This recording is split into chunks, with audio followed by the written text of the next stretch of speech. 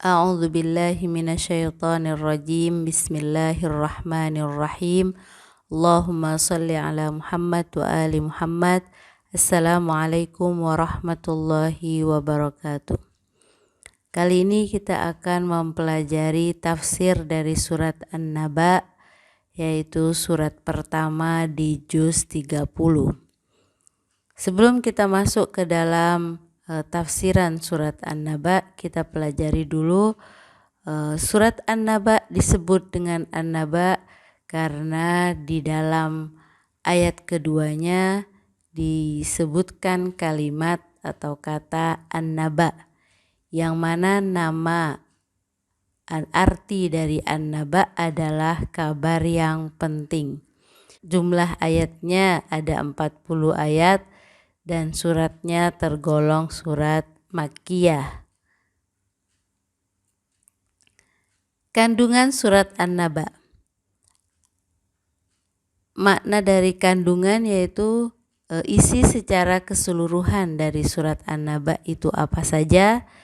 Yang pertama adalah surat An-Naba dimulai dengan sebuah pertanyaan tentang hari kiamat, yaitu amma yatasaalun, pertanyaan tentang hari kiamat. Kedua, penjelasan tentang kekuasaan Allah di langit dan di bumi. Ketiga, penjelasan tentang tanda-tanda permulaan terjadinya hari kiamat. Keempat, penjelasan tentang siksaan bagi orang-orang yang melampaui batas. Dan yang terakhir adalah penjelasan tentang nikmat bagi orang yang baik. Dan ini merupakan sebuah ciri khas Al-Quran. Ketika berbicara tentang siksaan, maka selanjutnya, ayat selanjutnya pasti akan berbicara tentang nikmat. Ketika berbicara tentang orang-orang yang buruk, maka di selanjutnya akan berbicara tentang orang-orang yang baik.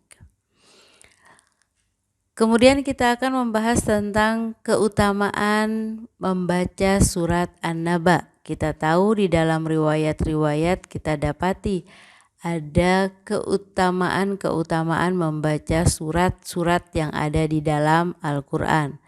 Namun kita juga perlu ketahui bahwa keutamaan membaca surat itu tidak langsung kita dapati hanya ketika kita membaca surat saja.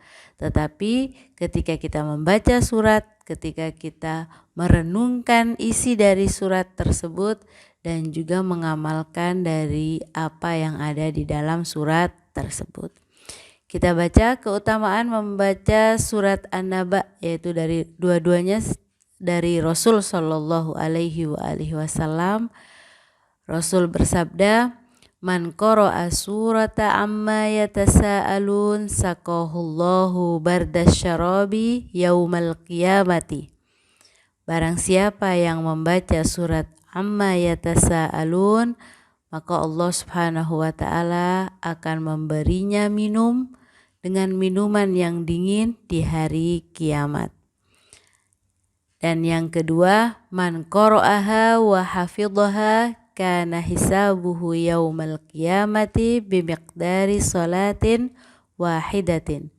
Barang siapa yang membacanya dan menghafalnya, maka hisabnya nanti di hari kiamat hanya sebatas 1 kali sholat.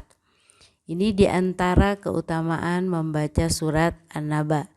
Dan saya yakin antunna semua bisa membaca dan menghafalkan surat An-Naba. Harapan kita bisa mendapatkan keutamaan membacanya dengan merenungkan isinya dan juga mengamalkan hal-hal yang harus diamalkan. Selanjutnya kita masuk pada tafsiran surat An-Naba. Bismillahirrahmanirrahim. Amma yatasaalun 'anin naba'il 'azim alladzi hum fihi mukhtalifun kalla saya'lamun thumma kalla saya'lamun. Kita akan menafsirkan 5 ayat dari surat An-Naba. Itu amma yatasaalun, tentang apa mereka saling bertanya, 'anin naba'il 'azim, tentang kabar yang penting, alladzi hum fihi mukhtalifun, yang mereka saling berbeda pendapat. Kalla saya'lamun, tidak, mereka akan segera mengetahuinya. Summa kalla saya'lamun, kemudian tidak, mereka akan segera mengetahuinya. Amma yatasa'alun. Tafsiran dari amma yatasa'alun, amma itu sendiri adalah gabungan antara an dengan ma, yang artinya adalah tentang apa. Kemudian yatasa'alun maknanya adalah saling bertanya. An-naba'ul adim sendiri, an-naba itu sendiri artinya sudah kabar besar dan agung dan penting, ditambah lagi dengan kalimat adim yang maknanya juga besar dan agung, yang fungsinya adalah ingin menguatkan. Anin naba'il adim, yaitu jawaban langsung dari pertanyaan di atas tadi. Para mufassir menafsirkan an-naba'ul adim dengan tafsiran yang berbeda-beda. Ada yang menafsirkan an-naba'ul adim dengan hari kiamat, ada yang menafsirkan dengan turunnya Al-Quran, usuluddin dari tauhid hingga ma'at, yaitu secara keseluruhan dari awal sampai akhir, dan ada juga yang menafsirkan an-naba'ul adim dengan makna wilayah dan imamah, yang keseluruhannya ingin menjelaskan bahwa semua ini termasuk an-naba'ul adim, kabar yang penting. Alladzi hum fihi mukhtalifun, yang mereka satu dengan yang lainnya berbeda pendapat dalam hal itu. Kalau yang dimaksud dengan an-naba'ul adim adalah hari kiamat, maka orang-orang kafir berbeda pendapat dalam masalah ini. Di antara mereka ada yang sama sekali tidak meyakini tentang adanya hari kiamat. Ada lagi yang mereka meyakini, tapi yang dimaksud dengan hari kiamat ma'at itu hanya ma'at ruh saja. Kenapa? Karena mereka meyakini memang ruh itu tidak akan pernah mati walaupun jasadnya sudah mati.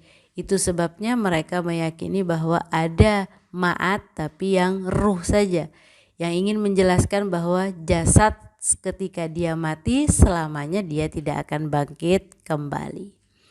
Kemudian yang ketiga adalah mereka yang ragu dengan adanya ma'at secara jasmani. Selanjutnya, kalla saya'lamun, summa kalla saya'lamun. Di dalam ayat ini menggunakan kalimat saya'lamun, yaitu menggunakan huruf sin yang artinya adalah akan. Tapi akan yang menggunakan huruf sin maknanya adalah menunjukkan waktu yang dekat akan terjadi. Saya'lamun, mereka akan segera mengetahuinya, yaitu ingin menunjukkan bahwa hari kiamat itu sudah dekat. Kita pun juga dalam kehidupan keseharian juga menggunakan kalimat yang sama. Misalnya kita ingin mengatakan kita akan melakukan sesuatu yang dekat, kita menggunakan kalimat sin, tambahan sin. Tetapi kalau sesuatu yang mau kita lakukan itu sesuatu yang jaraknya masih jauh, masih kapan-kapan atau masih jauh, maka kita akan menggunakan kalimat saufa. Selanjutnya, kenapa di dalam ayat ini mengulang 2 kali? Kalla saya'lamun, summa kalla saya'lamun. Mereka akan mengetahuinya, kemudian tidak, mereka akan mengetahuinya. Diulangnya kalimat di atas ada 2 pendapat. Ada yang mengatakan hanya untuk penguatan saja, yaitu ingin menguatkan saja bahwa mereka hari kiamat itu benar-benar dekat sehingga mereka akan segera mengetahuinya. Memang kalau kita mendengarkan cerita-ceritanya nanti orang-orang kafir ketika mereka sudah mengetahui tentang hari kiamat, merasakan bahwa mereka berada di hari kiamat, mereka akan menjerit-jerit, menyesal, dan mereka ingin kembali. Kemudian yang kedua, diulangnya kalla saya'lamun hingga 2 kali, itu ingin menjelaskan bahwa ada makna yang berbeda, bukan untuk menguatkan lagi, memang ada maknanya sendiri-sendiri.